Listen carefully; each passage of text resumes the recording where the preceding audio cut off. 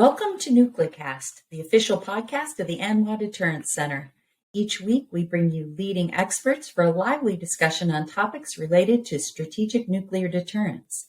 Our host is Dr. Adam Lowther, Director of Strategic Programs at the National Strategic Research Institute. The views of the hosts and the guests are their own.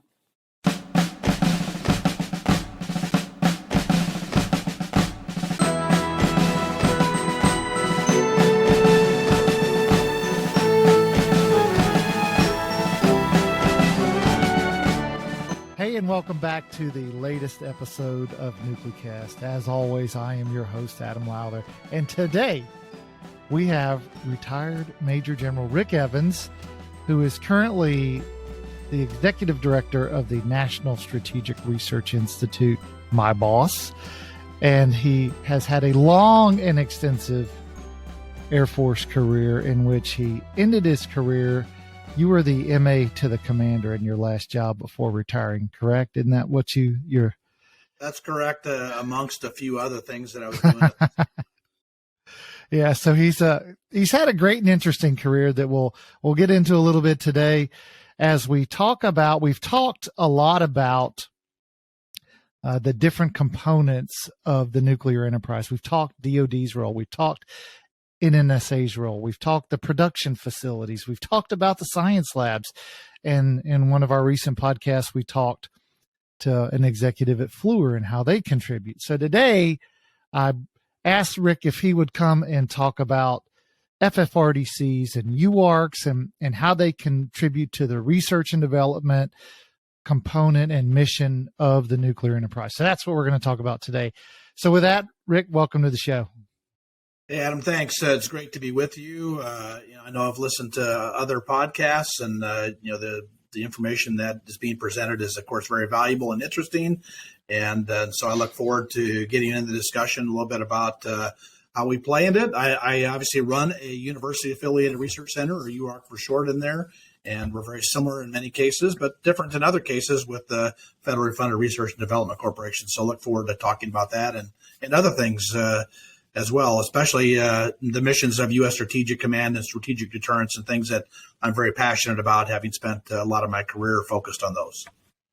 Now, one thing, I have a bit of bad news that I haven't told you yet, so I'm going to tell it to you live on the show, and that is NucleCast was the #1 English language podcast discussing nuclear weapons in China until recently, when the Chinese blocked us. So we've lost all our Chinese listeners.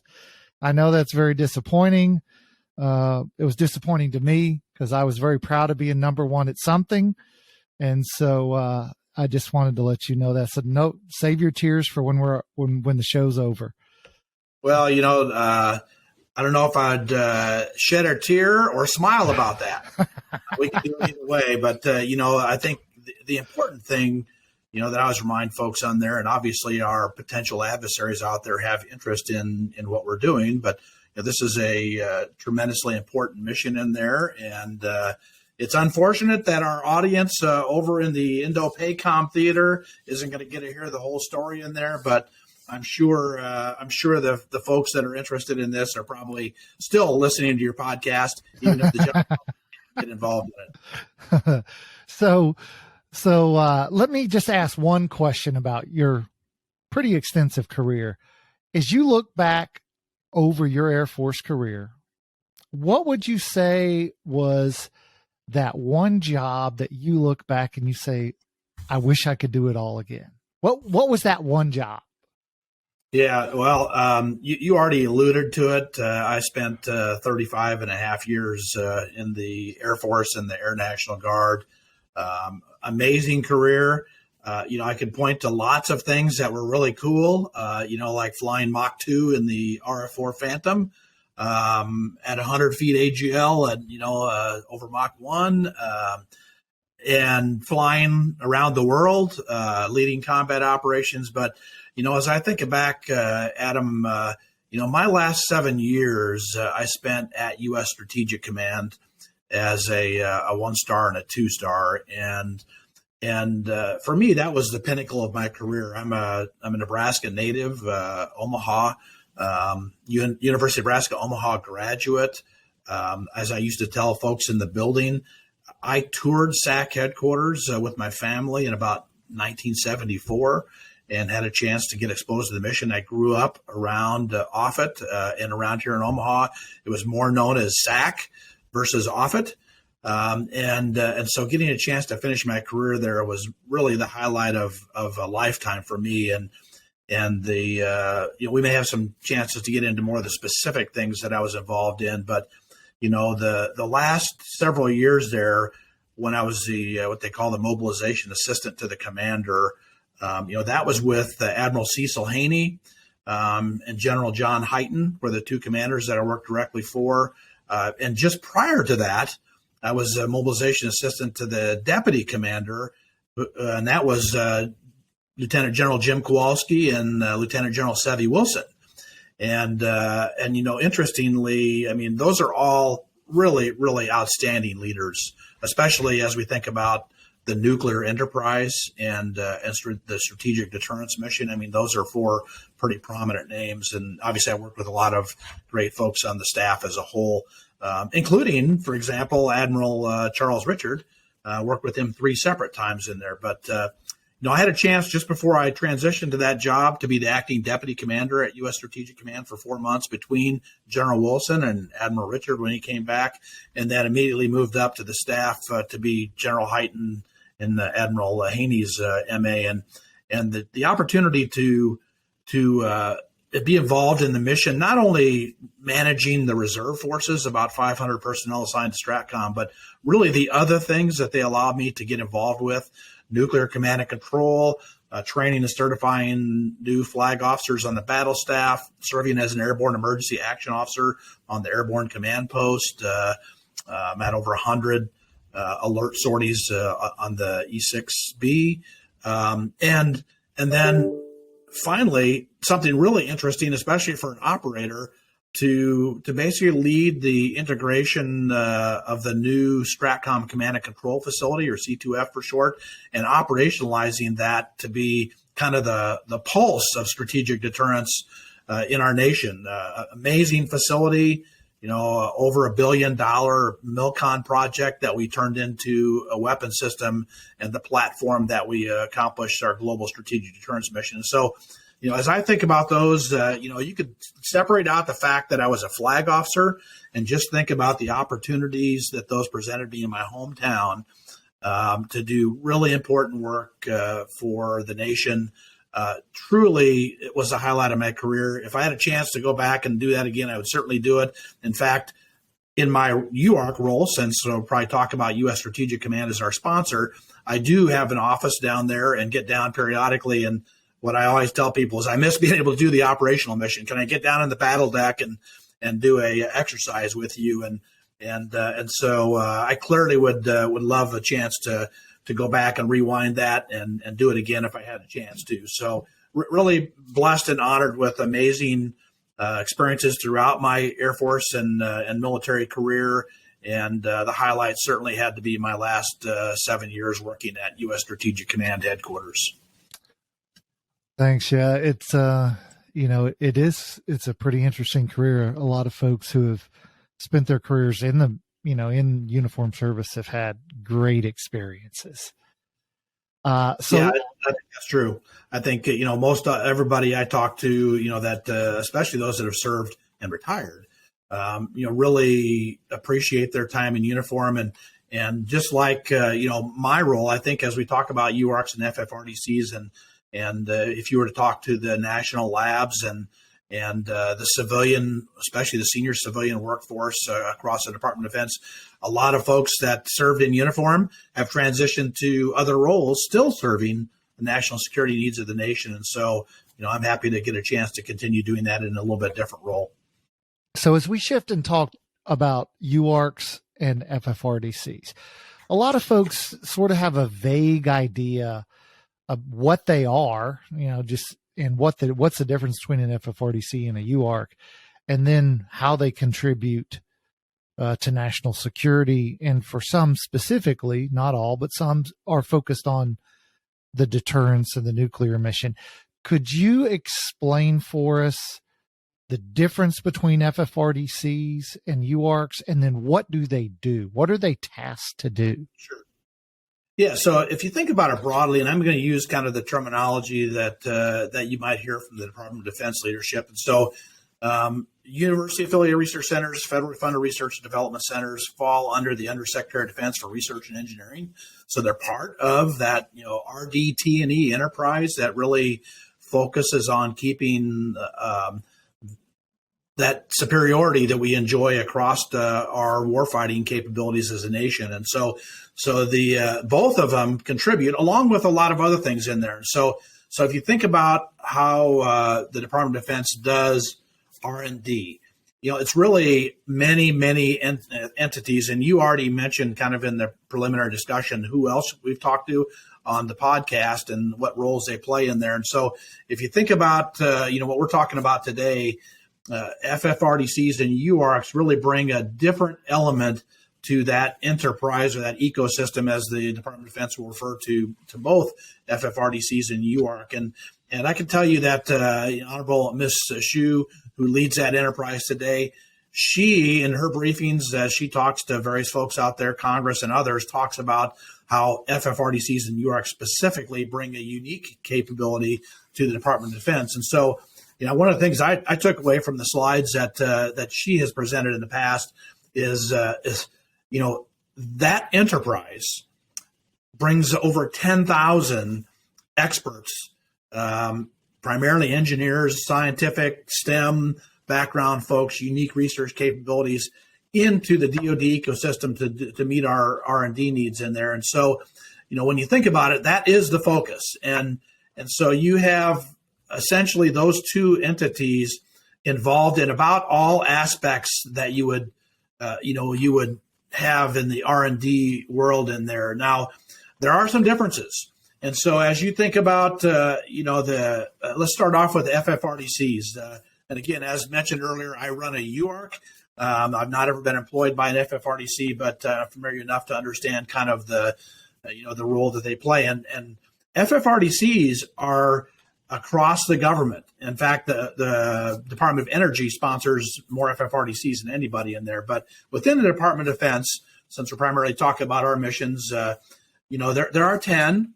And most everybody on the podcast will be familiar with the names in there. And I can read them off for you. But, broadly, they're in three categories. And they're R&D labs, systems engineering integration centers, and study and analysis centers. And so when you think about the names, Lincoln Lab, MIT Lincoln Lab, Software Engineering Institute, Institute for Defense Analysis, Aerospace, MITRE, Center for Naval Analysis, and then RAND sponsors three separate FFRDCs. And the sponsorship of those really ranges across the Department of Defense to include services, but also OSD level sponsors in there. And the FFRDCs and UARCs, they share a lot in common. And maybe that's a good way to start this off. And,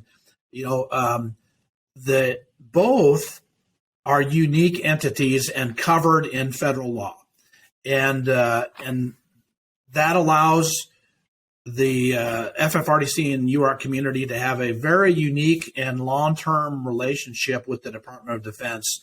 And because of that relationship, they have specific contract provisions. We are given access to information, facilities, personnel across the department that's unique and different from a defense contractor, what you call a traditional defense contractor.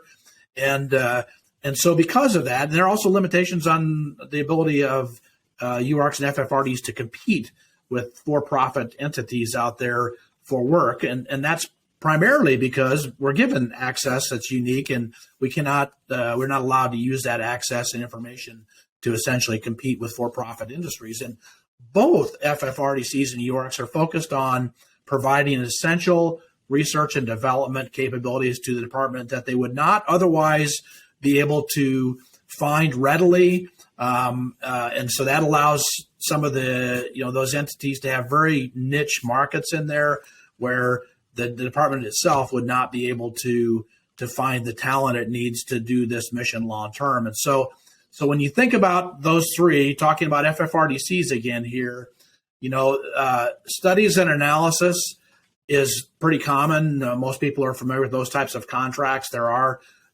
for-profit defense contractors who do kind of work, but really, the FFRDCs are focused on that area, and there's 5 of them in there, and that is doing research on policy, decision making, the issues facing the Department of National Security, et cetera. And so those 5, that's half of the enterprise in there, really are not the largest ones. In fact, I think I've seen statistics in the past to say that's a fairly small investment from the department in those areas, maybe less than 25% of the total. The real investment occurs in systems engineering and integration centers, and the audience will be familiar with aerospace and MITRE's National Security Engineering Center as the two that fit into there. And together, they have about half of the overall funds that are provided to FFRDCs. And then the research and development labs, those are common and probably have more in common with UARCs than the others do. And they fill an essential role at really developing technology and providing solutions to problems across the department as we look to maintain our technological edge. And so all of those, the receive federal appropriations. So in the budget, they're going to have a certain level of funding for FFRDCs that allow them to perform the mission for their sponsors and for the department. And that is a key difference between UARCs and FFRDCs. UARCs do not get direct appropriated funds to do work. They only get funds typically when they are awarded work to do. And so let me pause there and see if that kind of gives you a broad context of the FFRDC ecosystem and where else we might want to drive down further onto that topic. Well, it's a great opportunity to pause and take a quick break. You are listening to NucleCast, and we're with Major General Retired Rick Evans, and we'll be right back.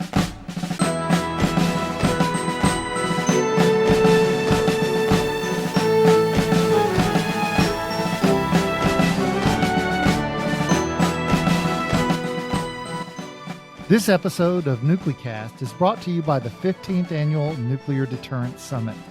Come join NucleCast at the summit on February 13th through 15th, 2023 at the Hyatt Regency Crystal City, Arlington, Virginia.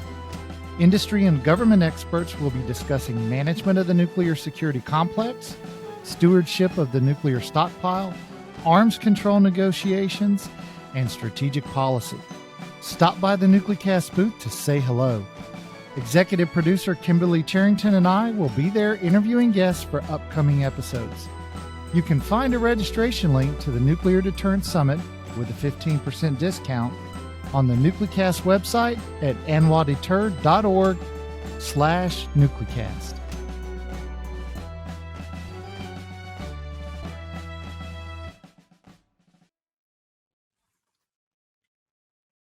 All right, and we're back with Major General Retired Rick Evans, and we're talking about the difference between UARCs, FFRDCs, how they contribute to national security.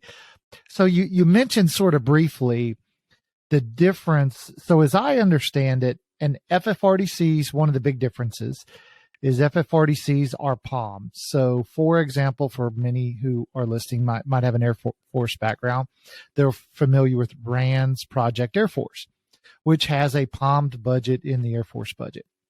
Whereas, as you said, UARCs do not have a POMmed budget. They have to, their sponsor will say, hey, we want you to do some work, and then they'll pay for that work. So like perhaps the most well-known UARC might be the Johns Hopkins Applied Physics Lab. Everybody seems to know them, or the Georgia Tech Research Institute with all the cyber work that they do. They're quite well known. But there's others. There's, I think, 14 UARCs. That's correct. And you did a good job describing all the different, I didn't even really think about the differences in some of the FFRDCs. but could you describe the difference? And you mentioned this, the for-profit contractors, and how they contribute in a different way than FFRDCs and UARCs. Yeah. So if you think about and the key focus, as I mentioned earlier, is that FFRDCs and UARCs exist to provide essential long-term capabilities to the department that would be difficult to replicate in the for-profit contractor world. And so if you read articles about UARCs and FFRDCs, you will oftentimes see complaints from the for-profit world that these unique entities are receiving non-competitive work awarded to them through the government, and why can't a for-profit contractor do some of that work? And that's possible in there, but what the Department of Defense is after is that long-term relationship that results in us being considered a trusted partner to the government, and this applies to both UARCs and FFRDCs, that allows us to act in the best interests of the government versus a for-profit contractor who has a profit motive by definition and has to report to the shareholders. And so that's really the key and the difference between a traditional defense contractor and the FFRDCs and the UARCs. And this is not a new thing, by the way, Adam. I mean, if you think back, the FFRDCs go back to the 40s. I think the youngest FFRDC is probably more than 30 or 40 years old. UARCs, you mentioned Johns Hopkins Applied Physics Lab. That relationship goes back to the 40s also. UARCs came out of World War II. But UARCs themselves, that actual nomenclature and definition didn't actually come into play until the mid 90s, and that's when it was codified, and so you have that, and if you think about it, there are some UARCs established, I think 3 or 4 in the last 15 years. Interestingly, you mentioned Project Air Force. Just by virtue of dollar figures in their Project Air Force is probably, I haven't looked at their budget lately, but maybe in the vicinity of $50 or $60 million a year appropriation. If you think about the example you used, Johns Hopkins, well, they have multi-billion-dollar IDIQ contracts, running a UARC sponsored in their case by the Navy. And so there's a pretty big difference in, size and scope and what the focus is for how that capability that's provided by those unique entities works to benefit the government. Does that answer the question that you were after? Yeah, and just as we think about, FFRDC's RAND and aerospace versus UARCs, APL, NSRI, GTRI, and then the contractors, most people are familiar with Booz Allen or SAIC, and then there's smaller contractors, Answer, for example, provides support to Air Force A-10, and for many, I spent most of my career as a DoD civil servant, and I would often get asked, "Oh, you're a contractor?" And I would say, "No, I'm a civil servant." And the difference is, we sit next to each other, and we do the same work, but the government will have sort of a limit on the number of civil servants, and then it will often use what are called ANAS services to fill those other, as they expand or contract over time. But that's sort of separate from what the FFRDCs and UARCs do, since, as you well noted, it's focused on R&D over the long haul. Yeah, that's accurate. And I would say with the advisory and assistance services that you mentioned, FFRDCs clearly do that. That's actually one of the things they do, and they manage it. We think of FTEs, managing full-time resources at, a government entity out there, as you described. They use what they call STEs, which are the equivalent of that. And I can tell you from the briefings we've sat in, there's always competition within the DoD to get access to the full-time capabilities available from the FFRDCs in terms of those personnel that are highly qualified and sit right next to the government civil servants out there. I would add, however, that both FFRDCs and UARCs can do ANAS type of work for the government. That falls into the competencies of both. There are some limitations on that. I mentioned the not competing for the work, et cetera. We don't generally get involved in these large omnibus type contracts to provide that type of a service to any government entity. However, we do provide subject matter experts and folks that can work. And so, I mean, we have examples of that within NSRI, with our staff down at U.S. Strategic Command, somebody like you being a good example of that, providing support and essentially meeting the requirements of the sponsor and DoD. So that's not out of the question. That's just not the primary thing that we do amongst the UARC side of that world. And I can go into more details kind of on the UARC side of that when you are ready to go into that. Yeah, why don't we go ahead and shift into sort of some of these roles that folks play. And then, we're affiliated, the NSRI, you and I, are affiliated with the University of Nebraska. And, as people well know, GTRI is Georgia Tech affiliated, APL's Johns Hopkins affiliated. And so how do these UARCs bring in faculty, and how do they staff to meet the requirements of their sponsor? Yeah, you just highlighted probably the biggest difference between an FFRDC and a UARC, and that is the university affiliation. By statute, UARCs have to have an affiliation with a university. That's a sponsoring unit. So if you think about University Affiliated Research Center, it's a DoD designation, so it implies two things: a government sponsor within DoD and a university sponsor on the academic side of that.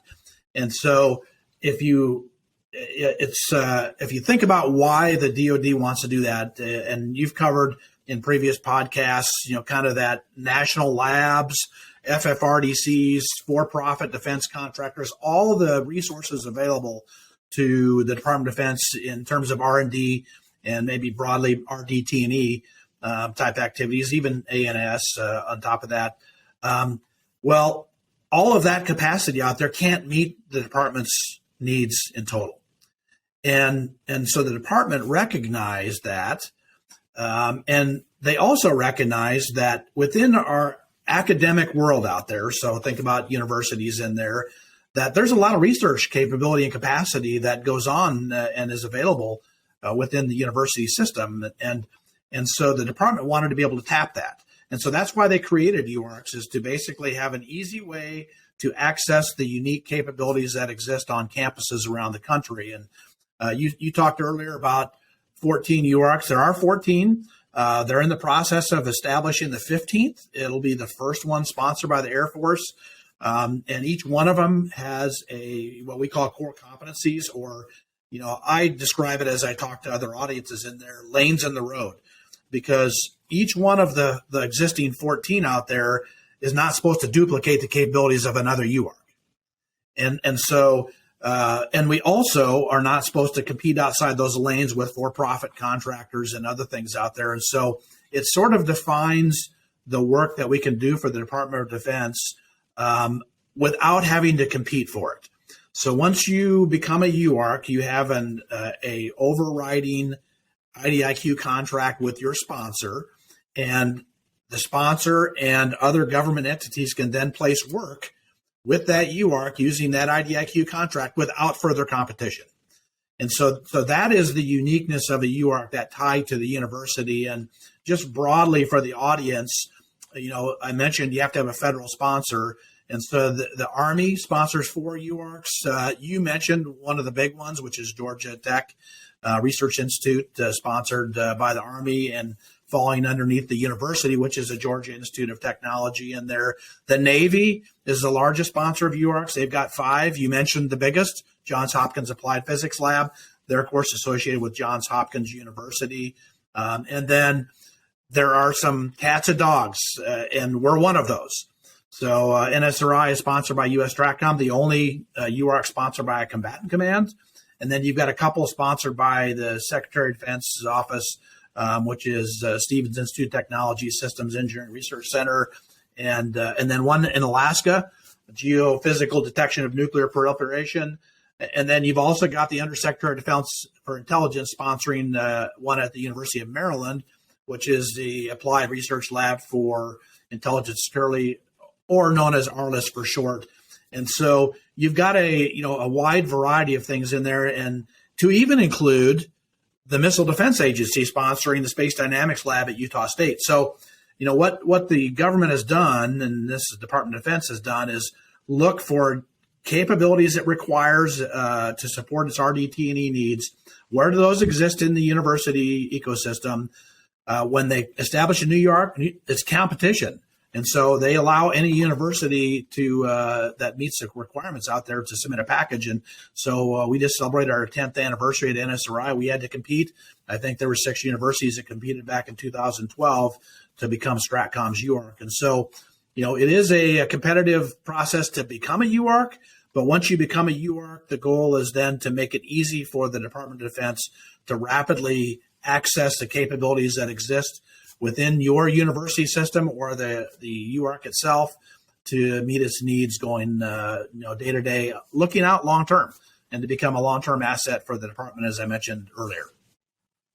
Okay, so that's a pretty good explanation. And I hope the listeners, as we've sort of built out this, as you called it, an ecosystem from the Department of Defense, the Department of Energy, UARCs are sponsored by the DoD itself in terms of their authorities, and they're sponsored by services. And so we're establishing it. So as we're just about out of time, how do you see the biggest contribution of UARCs and FFRDCs to the nuclear mission specifically?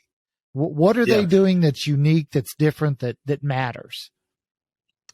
Yeah, so and especially I can use us as an example at NSRI, being sponsored by U.S. Strategic Command. Obviously, the nuclear enterprise and strategic deterrence are job one for U.S. Stratcom. And so Stratcom having a UARC, that played a role in why they are the only combatant command that has access to that. And so what we look for is ways to tie faculty members with unique interest in maybe it's the human factors of strategic deterrence, or how do we detect nuclear capabilities of other nations out there, or how do we offer innovative solutions? Let me give you one example. In our case, we're under contract to develop a prophylactic medication to treat acute radiation syndrome, or maybe prevent it. And so if you think about that, that's not one a for-profit pharmaceutical company is ever going to want to get involved in. But it may be a requirement for our warfighters, sure, especially if you're going to put, for example, special operators into Ukraine, or maybe there's nuclear materials that are still around there from Chernobyl, or maybe we actually get into some type of a nuclear exchange at some point in there. And so thinking about the capabilities academia can present to the very unique area of strategic deterrence and nuclear operations is pretty huge. And if you think about work across the UARC spectrum, whether it's software, workforce development. So, we sponsor a student intern program, as do many of the UARCs, to try to bring young talent into our national security workforce that we hope one day maybe go to the national labs that are developing the next generation nuclear weapons. And so that's a huge part of our mission in there. We have academia interested in very unique aspects of the strategic deterrence mission. And so we want them to be interested. We sponsor, and most of the UARC sponsor, an independent research and development grant program to bring ideas out there and then provide those to the department and let the department choose where it wants to invest more money in developing those concepts further. And so that's a uniqueness that only academia can provide. And it allows the department, and especially in the strategic deterrence and nuclear missions in there, to really tap an audience of experts who have a different perspective than your typical government employee or a uniformed military member in these very unique mission areas. And so I see UARCs and FFRDCs broadly playing a larger role across the spectrum of strategic deterrence and nuclear operations, and especially when you think about things like NC3. We're trying to develop the next generation, the vision for a future of NC3. Who better to bring into that picture than subject matter experts from outside the department to think about solutions that may be outside of what we've experienced for the last 50 or 60 years in the Department of Defense world. All right, we'll let you have the last word there. I want to thank Major General Retired Rick Evans, who is currently the Executive Director of the National Strategic Research Institute, for joining us today to fill out our discussion of who contributes to deterrence and to the nuclear enterprise. And, hopefully over these last episodes, you've sort of figured out who's doing what, where, and how it all fits. And so we want to thank you, the listeners, for joining us, and we will hope to see you on the next episode.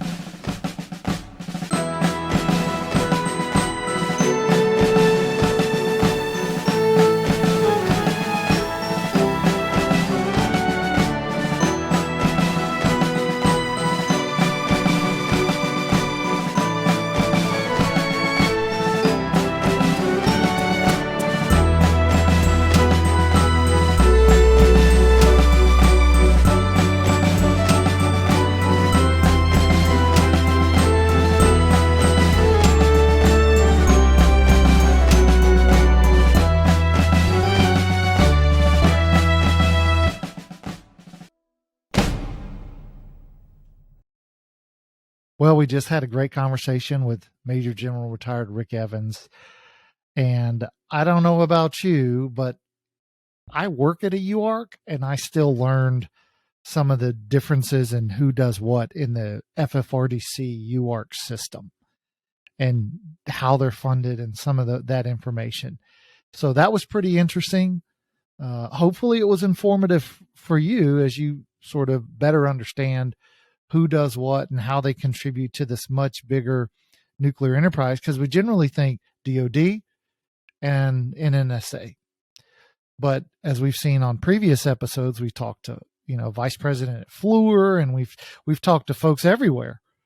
And so this enterprise it's relative to DOD, it's 5 or 6% of the budget, but it is, it's got a lot of moving parts that are all working together.